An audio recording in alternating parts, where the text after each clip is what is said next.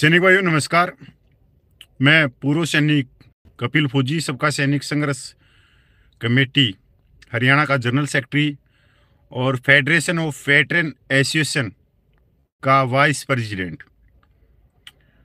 सैनिक भाइयों, आप मेरे को देख रहे हो लाइव, और 3 मार्च चलो जंतर मंतर दिल्ली, ये भूल मत जाना।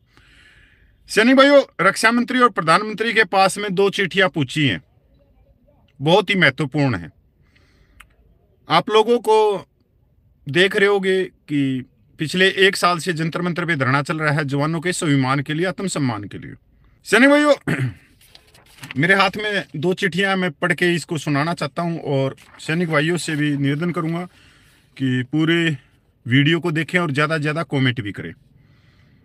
19/2/2024 कल 20 फरवरी थी, 1 साल पूरा हो गया था। और आप लोगों ने पूरे देखा होगा कि कल जो मीटिंग हुई थी उसमें जो पंजाब सूबे के जो सबका सैनिक संघर्ष कमेटी के जो मीत प्रधान है, जिला अध्यक्ष हैं, उनकी मीटिंग थी। और वो मीटिंग भी क्यों थी? क्योंकि भाई सबका कमेटी ने ये आंदोलन शुरू किया है, तो उनकी जिम्मेवारी बहुत ज़्यादा बढ़ जाती है कि वो हर उस समय खड़े मिले जब कोई भी बात हो, या तो जैसे त्यौहार आए 1 साल के दौरान, या जब भी धरने को उठाने के लिए प्रशासन ने सख्ती दिखाई या लाठियां खाने की बात हुई, तो वो सबका कमेटी पूछे। तो 3 मार्च बहुत अहम चीज है। दूसरा जो पत्र है वो सभी किसान यूनियनों को लिखा गया है। उसके बाद में honourable president, honourable prime minister, honourable defence minister और ऑनरेबल गवर्नर ऑफ पंजाब को लिखा गया है। ये पत्र भी बहुत जरूरी है आप लोगों तक आने के लिए, कि इसको भी मैं पढ़ के सुनाना चाहता हूँ। ऑल किला सबका सैनिक संघर्ष कमेटी, ऑल किसान union of India, all citizen of India, मतलब पूरे देश की जितने किसानों की जत्थेबंदी है और पूरे देशवासियों के पत्र संबोधित किया गया। विषय: पूर्व सैनिकों द्वारा किसान भाइयों को केंद्र सरकार तथा पंजाब के राज्यपाल मुद्दे पर विश्वास नहीं करने तथा केंद्र सरकार द्वारा शांतिपूर्ण प्रदर्शन तथा न्याय व्यवस्था पर भरोसा रखने की नसीहत नहीं मानने का मशवरा देने संबंधी। किसान भाइयों, हमारी सबका सैनिक संघर्ष कमेटी पूर्व सैनिक जवानों की यूनियन है और हम पिछले 15 सालों से जवानों की मांगों को लेकर संघर्ष कर रहे हैं। किसान भाइयों, जैसे कि आपने 13 फरवरी 2024 को दिल्ली कूच करने का ऐलान किया था, तो उससे पहले ही केंद्र सरकार ने किसानों से बातचीत के लिए एक दल चंडीगढ़ भेज दिया था। यह बात अलग है कि मीटिंग में रजामंदी नहीं बन पाई। किसान भाइयों, केंद्र सरकार ने दिल्ली की घेराबंदी से डरते हुए किसानों के साथ मीटिंग के लिए दल भेजा था। अन्यथा आप मांग पत्र लिखकर या शांति में धरना प्रदर्शन करके मीटिंग का समय मांगते रहते, लेकिन केंद्र सरकार कभी भी आपको मीटिंग का समय नहीं देती। क्योंकि हम भी पिछले 1 साल से जंतर मंतर पे शांति में धरना दे रहे हैं। किसान भाइयों, हम अपने तजुर्बे के आधार पर आपको सलाह देते कि आप केंद्र सरकार की बातों पर विश्वास करके दिल्ली कूच का प्रोग्राम रद्द मत करना। किसान भाइयों, ऐसी सलाह हम अपने पूर्व सैनिक जवानों द्वारा 25 नवंबर 2023 को 14 घंटे के शंभू रेलवे स्टेशन पर रेल रोको प्रदर्शन को पंजाब के राज्यपाल बनवारी लाल पुरोहित के साथ मीटिंग में दिए गए विश्वास में हुए धोखे के निजी तजुर्बे के आधार पर दे रहे हैं। हमने पंजाब के राज्यपाल बनवारी लाल पुरोहित की बातों में आकर उन पर विश्वास करके बहुत बड़ी गलती की है। अब हमें यह एहसास हुआ कि किसी भी नेता, मंत्री या राज्यपाल पर विश्वास करने से अच्छा है कि जहरीले सांप पर विश्वास कर लिया जाए, लेकिन भूलकर भी किसी नेता पर विश्वास ना किया जाए। बाकी किसान भाइयों, केंद्र सरकार आपको जो शांति में प्रदर्शन करने तथा न्याय व्यवस्था में भरोसा रखने का जो पाठ पढ़ा रही है या बातें कर रही है, ऐसी बातें करके केंद्र सरकार आपको मुंगेरी लाल के सपने दिखा रही है। हकीकत में हम पूर्व सैनिक जवान 20 फरवरी 2023 से जंतर मंतर दिल्ली पर अनिश्चितकालीन शांतमयी धरना प्रदर्शन कर रहे हैं और इस समय हमारे धरना प्रदर्शन को चलते हुए 1 साल पूरा हो चुका है। किसान भाइयों, आपको यह जानकर आश्चर्य होगा कि हमारा धरना प्रदर्शन शांति में होने के कारण केंद्र सरकार ने 1 साल के बाद भी हमें मीटिंग के लिए नहीं बुलाया और न ही हमारी मांगे मानी है। किसान भाइयों, हमने केंद्र सरकार के इस उदासीन रवैये के कारण 25 नवंबर 2023 को दिल्ली में अनिश्चितकालीन समय के लिए रेल रोको आंदोलन का ऐलान कर दिया था, तो केंद्र सरकार ने 24 नवंबर 2023 को ही शंभू बॉर्डर से लेकर दिल्ली तक विशेष नाके और बैरियर लगाकर हमें रोकने का इंतजाम कर दिया था, जिसके कारण हमें पूर्व सैनिकों को 25 नवंबर 2023 को सुबह 4 बजे मजबूरी में शंभू रेलवे स्टेशन पर ही रेल रोको प्रदर्शन करना पड़ा। शंभू रेलवे स्टेशन पर हमने सुबह 4 बजे से लेकर शाम 6 बजे तक 14 घंटे तक रेल रोको किया। इसी दौरान सरकार के बार बार आग्रह करने पर रात के 8 बजे पंजाब के राज्यपाल बनवारी लाल पुरोहित से मीटिंग हुई, जिसमें राज्यपाल महोदय ने हमें आश्वासन दिया कि आपकी माननीय सुप्रीम कोर्ट के 3 रिटायर्ड जजों की कमेटी बनाने की मांग के बारे में वह प्रधानमंत्री जी तथा रक्षा मंत्री जी से विस्तार पूर्वक बात करके 10 सितंबर 2023 तक दोबारा मीटिंग करके प्रधानमंत्री जी तथा रक्षा मंत्री जी के द्वारा दिए गए जवाब के बारे में जानकारी देंगे। इसके लिए दोबारा मीटिंग तथा प्रधानमंत्री जी तथा रक्षा मंत्री जी के जवाब के बारे में जानकारी लेने के लिए हमें राज्यपाल बनवारी लाल पुरोहित के पीए का फोन नंबर भी दिया गया था, लेकिन 3 महीने का समय निकल जाने के बाद भी हमें न तो राज्यपाल बनवारी लाल पुरोहित ने हमें मीटिंग का समय दिया और न ही प्रधानमंत्री तथा रक्षा मंत्री के साथ हुई मीटिंग में हुई बातचीत की कोई जानकारी दी गई।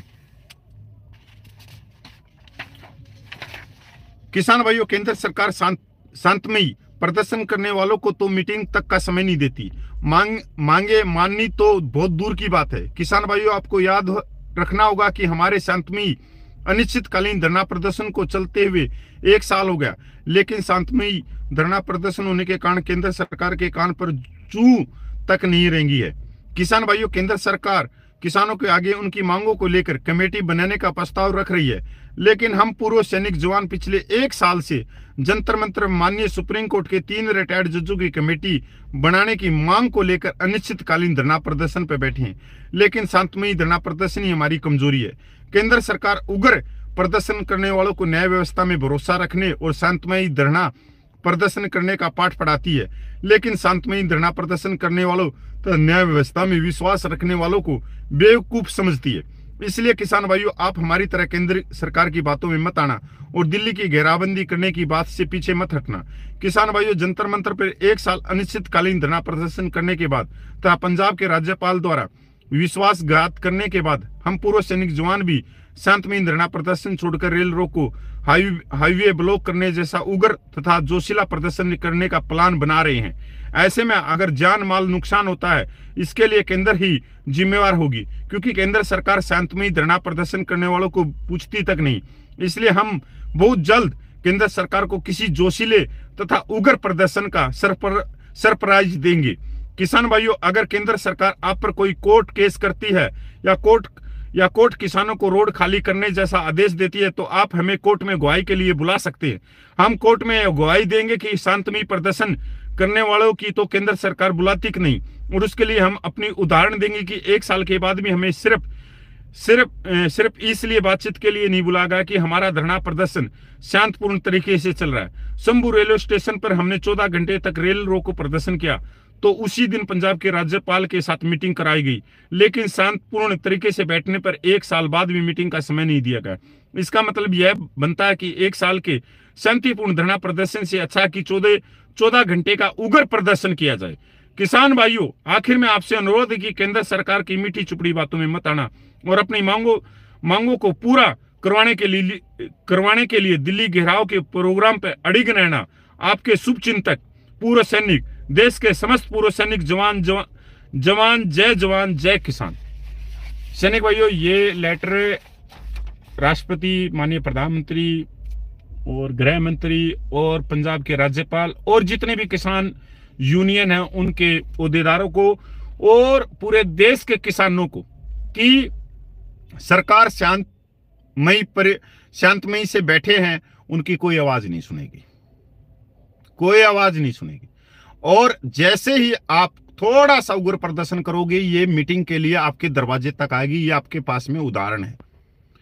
जो सैनिक भाई, हमारे ही सैनिक भाई हैं जो गोल टोपी वाले हैं, जो जिनको हम कह सकते हैं महाभारत के शिकंडी, और उनकी एक गैंग है शिकंडियों की। और इस आंदोलन के जो विषम पिता हैं, जो 95 साल के हैं, वो हैं सरदार सूबेदार प्रगट साहब, वो शिकंडी गैंग इस आंदोलन को तार तार करने के लिए पूरा जोर तोर लगा रही है। पर यह कलयुग है, क्योंकि वो जो व्यक्ति है जो 95 साल का, वो उसका कुछ भी नहीं कर सकते। वो जितने भी शिकंडी हैं, शिकंडी समझते हो ना, जो महाभारत में भीष्म पिता का था, जो एक श्रृंगार करते हुए औरत का उसने रूप धारण किया था, नाक में बाड़ी पहन ली थी, तो और मूछें कटवा ली थी, तो ऐसा ही एक शिकंडी हमारे सैनिक समाज में भी है। तो सैनिक भाइयों देखो, शांतमयी से कुछ भी नहीं होना, और शांतमयी से कभी भी सरकार आपकी बात नहीं मानेगी। ये स्वाभिमान की, आत्मसम्मान की, समानता की, न्याय की, संविधान के दायरे में आपकी लड़ाई है, ये संघर्ष। अब आप बताओ क्या करना चाहिए। हम भी रातों रात घूम रहे हैं, क्या पता मैं, क्योंकि कल जो मीटिंग हुई है, आज मैं कहीं और मीटिंग करने के लिए निकल गया 3 मार्च के लिए, कि 3 मार्च ये लास्ट है, आखिरी है। अगर मैं कुछ वीडियो भी आएंगे, अभी लगातार आएंगे, आप लोगों की आंखें अगर खुल जाएंगी तो हम भी यहीं पे हैं। मैं हमेशा ये कहता हूं कि हम भी यहीं पे हैं। हम, क्योंकि जब भी कोई संघर्ष चलता है उसके अंदर आरोप प्रत्यारोप इतने भयंकर चलते हैं, आपको गालियां खानी पड़ती हैं। आप यकीन मानिए, अगर सबका कमेटी पूरे दिन में, अगर मोदी जी कहता कि गाड़ियां मेरी ताकत है, मेरा ऊर्जा है, और गाड़ियां मेरा खाना है, तो सबका कमेटी की भी ऊर्जा और गाड़ियां, जो गाड़ियां देते हैं वही उसकी ऊर्जा, उसका खाना है। मोदी सिर्फ 10 किलो गाड़ियां खाता है, तो सबका कमेटी जो चापलूस है, जिन्होंने 24 इंच की साइकिल बारिक से लेके क्वार्टर तक चलाई है, उनकी 22 किलो गाड़ियां खाता है। पर अब ये स्वाभिमान, आत्मसम्मान की लड़ाई है, संघर्ष है। कब तक घर बैठे रहोगे? कब तक कहते रहोगे कि उसको मिलेगा तो मेरे को मिलेगा, और ताश के पत्ते डालते रहोगे? कब तक? सैनिक भाइयों, अगर साथ नहीं दे सकते, घर से बाहर नहीं निकल सकते, तो कम से कम सोशल मीडिया पर तो साथ दी। आपकी जगह कोई और सैनिक भाई आ जाएगा। अरे यहां तो जान दांव पे लगी हुई है, आत्मसम्मान स्वाभिमान के लिए जान दांव पे लगी हुई है। और कुछ कहेंगे कि नहीं, इनका स्वार्थ है, ये तो चंदा चोर है, ये तो आंदोलन जीवी हैं। आंदोलन जीवित हैं भाई, इसमें कोई शक नहीं। हम तो खुद छाती में हाथ मार के कहते बिल्कुल, सबका कमेटी आंदोलन जीवी है। 14 साल से आप लोगों को माइक दे दिया, मंच दे दिया, नेतृत्व दे दिया, और जो आज आप टांग खींच रहे हो ना व्हाट्सएप यूनिवर्सिटी में बैठ के, उसका अधिकार और बोलने की चीज ये सबका कमेटी ने आप लोगों को दिया। और खुशी होती है कि हमारे भाई हमारे विरोध में, पर उनको बोलने की जो आजादी थी ना, वो सबका कमेटी ने ही दी। अगर वो 5 व्यक्ति एक छोटी सी तहसील तरनतारण से ना उठ के दिल्ली आते 14 साल पहले, तो भूल जाओ कि आज मैं आप लोगों को लाइव वीडियो में ज्ञान पेलता हुआ मिलता, या 1 साल से आपका आंदोलन चल जाता, या आप लोगों को 1 रैंक 1 पेंशन, मिलिट्री सर्विस पे डिसेबिलिटी पेंशन, जेसी रैंक की विसंगतियां, एक्स ग्रुप की विसंगतियां, सैनिक विधवाओं की विसंगतियां, CSD, ECHS, सहायक प्रथा, पता नहीं क्या क्या चीजें, वो आप तक जागरूकता पहुंच जाती। अगर वो 5 व्यक्ति अपनी तहसील से बाहर एक कदम ना निकालते, 1300-1400 किलोमीटर दूर दिल्ली से उन्होंने एक कदम बाहर निकाल के, और दिल्ली में बैठे 1300-1400 किलोमीटर दूर, जहां उनका कोई साथी नहीं, निर्भर होकर शेर की दहाड़ से जनून और जोश के साथ में, वो है 95 साल के सूबेदार प्रगट साहब नायक, हरपाल, हरभजन। ये वहां से यहां पूछे तो क्या ये चंदा चोर है? इन्होंने 14 साल में सड़क को नापा है, 14 साल में सरकार को बताया कि ये पीछे हटने वाले व्यक्ति नहीं है। तो सरकार ने क्या किया? हमारे भाइयों को उतार दिया कि इनको ये आरोप लगा दो, वो आरोप लगा दो। 14 साल में 3 पे आरोप नहीं लगे। और 95 साल का व्यक्ति को आप ये सोच रहे हो कि वो आप लोगों के 10-10, 20-20, 100-100 रुपये के चंदे को खा के चला जाएगा। अरे उसकी तो डबल पेंशन है, वो क्यों यहाँ पे घूम रहा है? कल भी वो यहाँ पे पुलिस के साथ में क्या हो रहा था आप लोगों ने देखा हुआ दिल्ली में। और वो आगे खड़ा था, वो 95 साल का पीछे था वो। अरे 23 जुलाई को तो एक गोल टोपी सेकंडी की तो पिंडिया कांपने लग गई थी। पीला कर दिया था, पेंट पूरी पीली कर दी थी पीछे से उसने, नहीं तो 23 जुलाई को आपकी मांगे पूरी हो जाती। पर क्या करे, संघर्ष का नाम ही ये जीवन है कि कहां पर कौन शतरंज की चाल खेलेगा ये किसी को नहीं मालूम। तो हमारा कर्तव्य है बिच्छू की तरह, बिच्छू कभी भी अपने स्वभाव को नहीं छोड़ता। एक साधु ने नदी से उसको बिच्छू को उठा लिया, उसने डंक मार दिया, साधु के हाथ से फिर गिर गया, फिर उठा लिया। दोनों का स्वभाव अलग है। बिच्छू का स्वभाव डंक मारना, साधु का स्वभाव उस बिच्छू को बचाना।